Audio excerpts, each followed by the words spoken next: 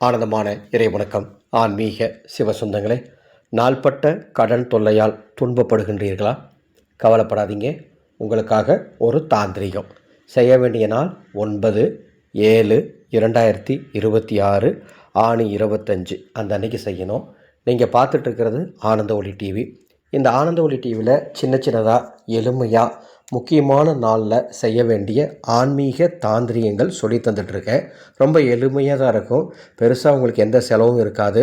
நான் சொல்கிற தாந்திரிகங்களை தொடர்ந்து செஞ்சுக்கிட்டே வாங்க. ஒரு நாள் செஞ்சுட்டு அப்படியே விட்டுறாதீங்க.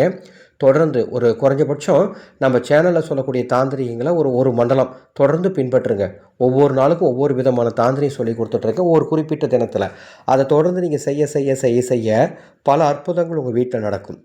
உங்கள் வீட்டில் உங்களுக்கு நல்லது நடக்க வேண்டும் என்பதற்காகத்தான் சின்ன சின்ன எளிமையான தாந்திரியங்கள் எளியவர்களும் செய்யக்கூடிய வகையில் சொல்லி கொடுத்துட்ருக்கோம். இந்த சேனலை சப்ஸ்கிரைப் பண்ணி வச்சுக்கோங்க. பக்கத்தில் பெல் ஐக்கானை ப்ரெஸ் பண்ணிக்கோங்க.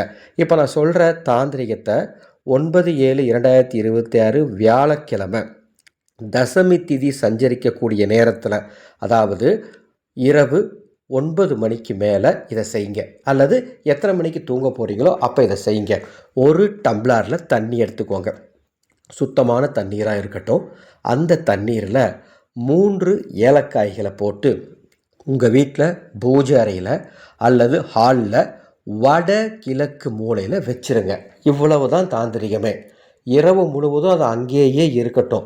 மறுநாள் காலையில் எழுந்து குளித்து விட்டு இறை வழிபாடெலாம் பண்ணிவிட்டு உங்களுக்கு நேரம் கிடைக்கும்போது அந்த டம்ளர் தண்ணீரை எடுத்து வீடு முழுவதும் தெளித்து விடுங்க. மீதி இருக்க தண்ணீரை வீட்டு வாசலுக்கு வெளியே ஊற்றி விட்டுருங்க. இதோட கெட்டது பூரா விலகி போய் குபேரனுடைய அருள் உங்கள் குடும்பத்துக்கு முழுமையாக கிடைச்சி, மகாலட்சுமி தாயின் அருள் முழுமையாக கிடைச்சி உங்கள் குடும்பத்துக்கு வருமானம் உயர்ந்தால் நிச்சயமாக கடன் தொல்லை தீரும். எளிய தாந்திரிகம் செய்து பயன்பெறுங்கள். அன்பு ஆன்மீக சொந்தங்களே, நமது ஆனந்தொளி அறக்கட்டளை அன்னசேவா என்ற ஒரு அமைப்பின் மூலமாக ஒவ்வொரு நாளும் முடிந்த அளவுக்கு அன்னதானம் பண்ணிகிட்ருக்கோம். இந்த அன்னதானத்திற்கு நிதி திரட்ட அற்புதமான ஒரு தீப எண்ணெயை அறிமுகப்படுத்தியிருக்கோம். 108 மூலிகைகளின் சங்கமமான கைலாசா தீப எண்ணெய், தீபம் ஏற்றுவதற்கு உகந்த எண்ணெய்.